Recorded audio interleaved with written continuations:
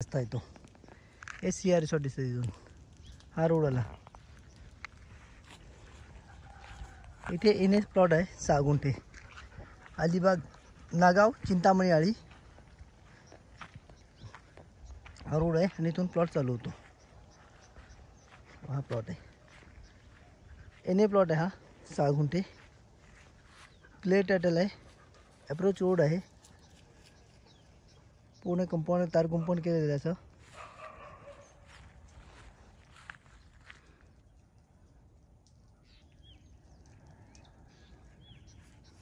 असं पूर्ण कंपाऊंड केलेलं आहे. हा 6 गुंठे आहे NA प्लॉट.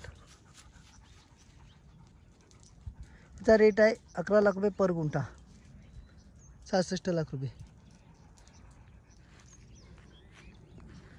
नागाव बीच 1.5 किलोमीटर आहे इथून. अलिबाग रेवनाळ 1.5 किलोमीटर आहे इथून.